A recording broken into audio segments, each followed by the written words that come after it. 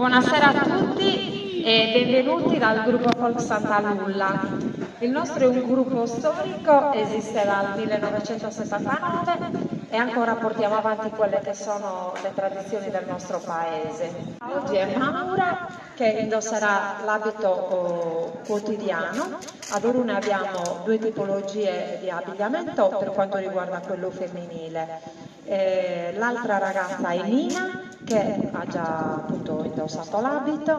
Allora Maura indossa la biancheria intima, questa è sa camissola, come potete notare è interamente in tela bianca, ad Orune e in altri posti si chiama crampiu, ed è interamente qui sul petto ricamata a mano, e questo motivo è chiamato a filet appunto a tela. Queste sono saspettorellas, le pettorine, perché appunto indossate sul petto, e riportano i gioielli che fanno appunto da corredo a tutto quello che è l'abbigliamento tradizionale.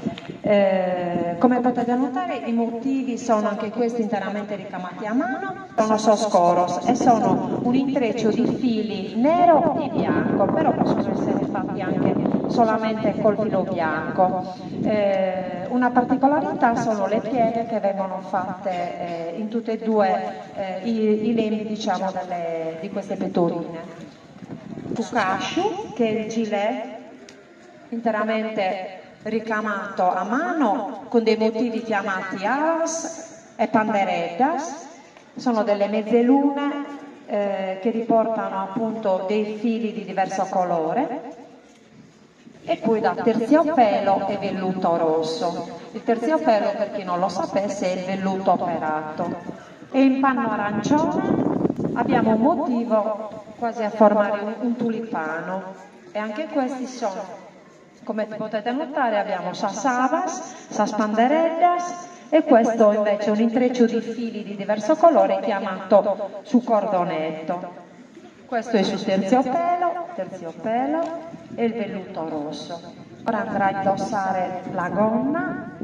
Allora, le gonne di Orune sono diverse, possono essere o questa che indossa Maura con due balzi di terziopelo, verde e blu, e poi ha questi motivi, diciamo che sono delle fasce che possono essere sia ricamate che direttamente comprate così. Come potete vedere, quella di Nina invece ha la balza in panno rosso, chiamata sagrana rugia, e poi il terziopelo, sempre velluto operato, questo è di colore blu. Quindi come potete notare anche i blu sono diversi proprio, i diversi colori cambiano.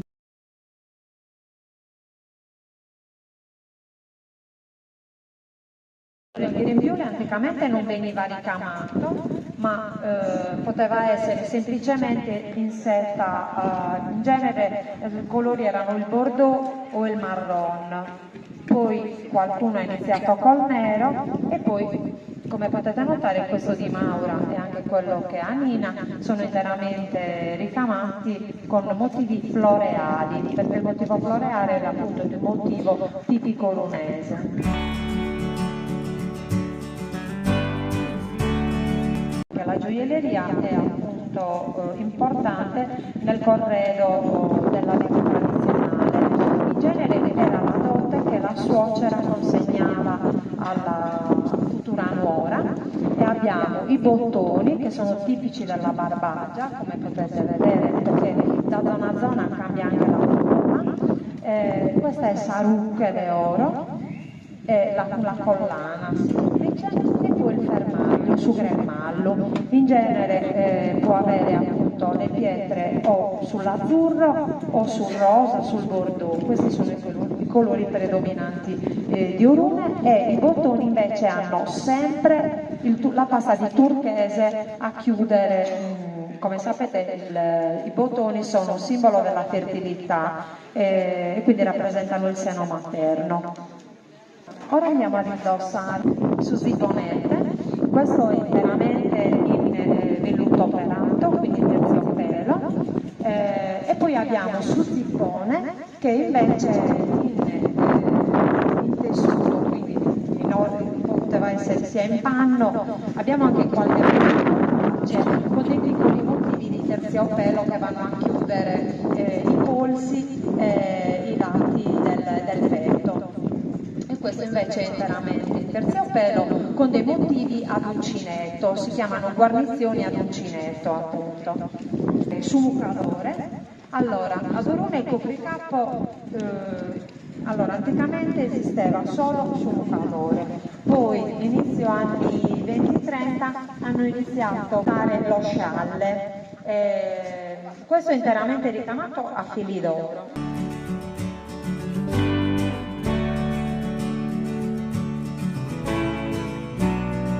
Quello che invece indossa Nina è blu in seta e abbiamo diversi colori, poi vedremo quello bianco, però c'era anche il bordeaux, il grigio, tendente al verde, quindi abbiamo diverse proprio tonalità di colore.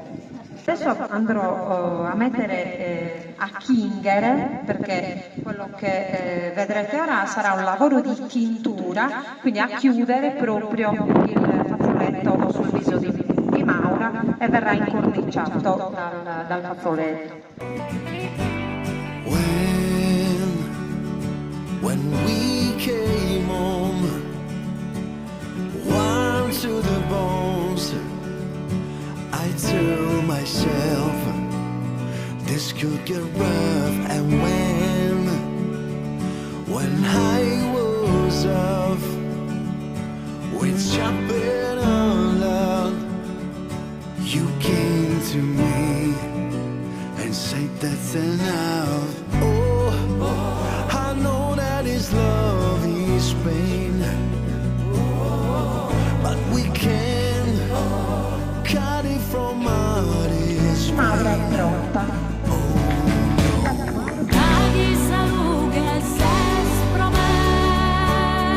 Anche lui fa parte del gruppo folk Santa Lulla. L'abito maschile, come in tutti i comuni, è abbastanza più semplice rispetto a quello femminile, anche come è fatto. Anche per l'uomo c'è una biancheria, quindi Francesco indossa soscarzone bianco, interamente in crambiu, bianchi appunto, quindi tela bianca. Allora, questa è la camicia, salinza per la precisione. Dai polsini interamente ricamati a mano con motivi soscoros e dei piccoli motivi geometrici lo stesso fatti a mano. Come vedete le maniche della camicia sono molto ampie, così come quella femminile. Anche questa in tessuto è crambiu, tela bianca, ha una chiusura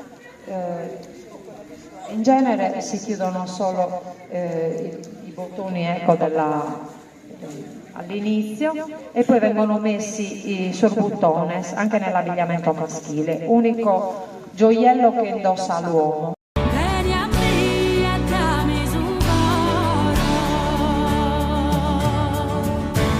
Andremo ad indossare il gilet su solopadu, interamente in velluto e panno rosso. Il velluto in genere è il velluto blu scuro, e il motivo che va sul collo in genere è su cordonetto.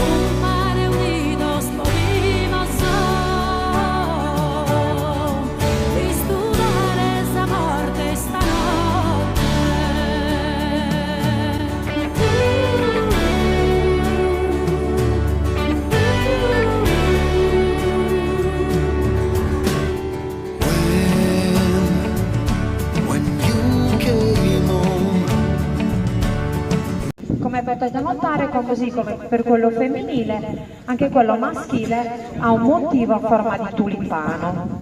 I motivi invece che riporta appunto questo di Francesco, perché tutti gli abiti in genere sono diversi e questo ha dei semplici ricami chiamati lo stesso cordonetto, chiamato ad Orone su calzone de Oressi, perché è interamente in orbace. Sapete tutti che cos'è l'orbace? No, è lana, che in genere veniva utilizzata per fare le coperte e poi appunto per fare i pezzi dell'abbigliamento tradizionale. E ci sono sarmessucatas, che sono appunto delle ghette, anche queste in orbace, con dei piccoli motivi in velluto alla fine per chiudere. Particolare anche la tasca del sucarzone. Questo ricordatevi è sucarzone di tela, questo invece è sucarzone di oressi.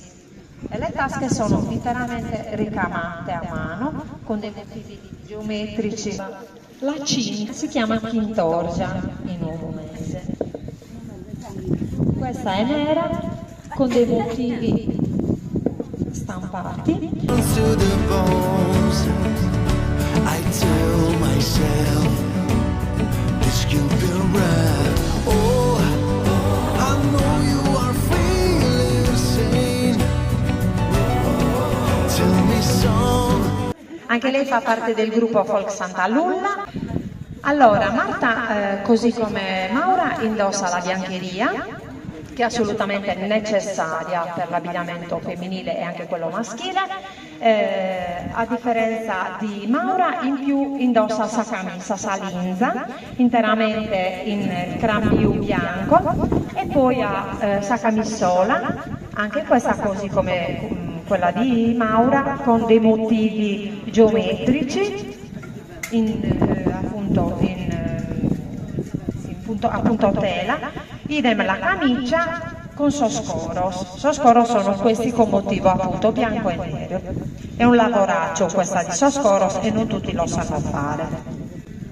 Allora, anche lei indossa le pettorine. Come potete notare, Maura, fai vedere la particolarità delle pettorine. Allora, anticamente c'era qualcuna completamente attaccata, invece ora quelle che si trovano diciamo dagli anni 50 in poi sono queste con due lembi proprio di tela, dove poi appunto vengono fatte le pieghe e vengono guarnite con motivi sempre geometrici, appunto tela, appunto rammenda, dipende insomma dai gusti delle persone, e poi sempre con soscoros.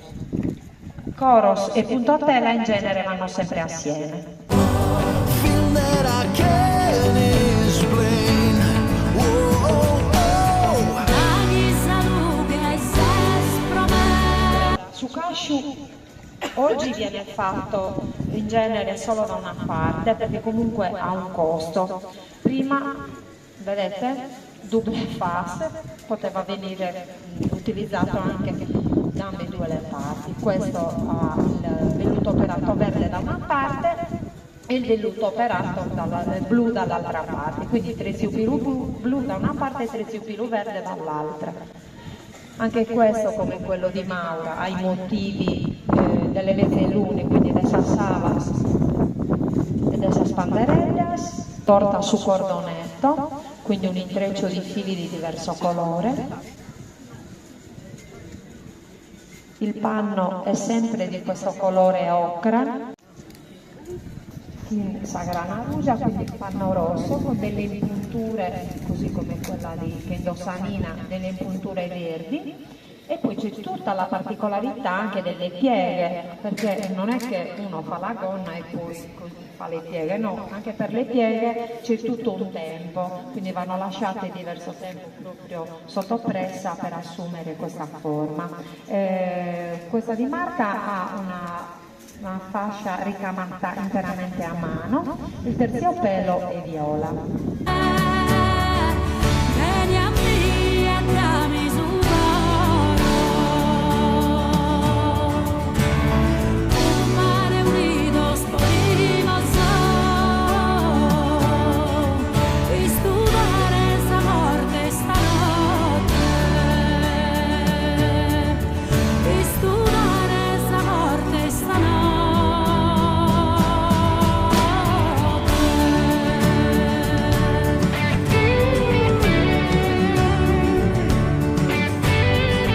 Adesso abbiamo il grembiule, sarvetta, come potete notare tutti i ricami sono diversi l'uno dall'altro. Questo di Marta è un po' più ricco rispetto agli altri due. Fai vedere Nina, scusa? Ah no, anche quello di Nina, quasi 2 parti. Invece questo, come potete notare, arriva proprio in su con 2 motivi floreali. Ora andiamo a concludere appunto l'allungamento con Sucurito. Come potete notare anche questo è double pass, ricamato in ambo i lati, ha il terziopelo blu e marron e riporta appunto Sassabas, Scordonetto, Zingu e Spandereddas. In panno rosso e poi appunto viene sistemato su terziopelo.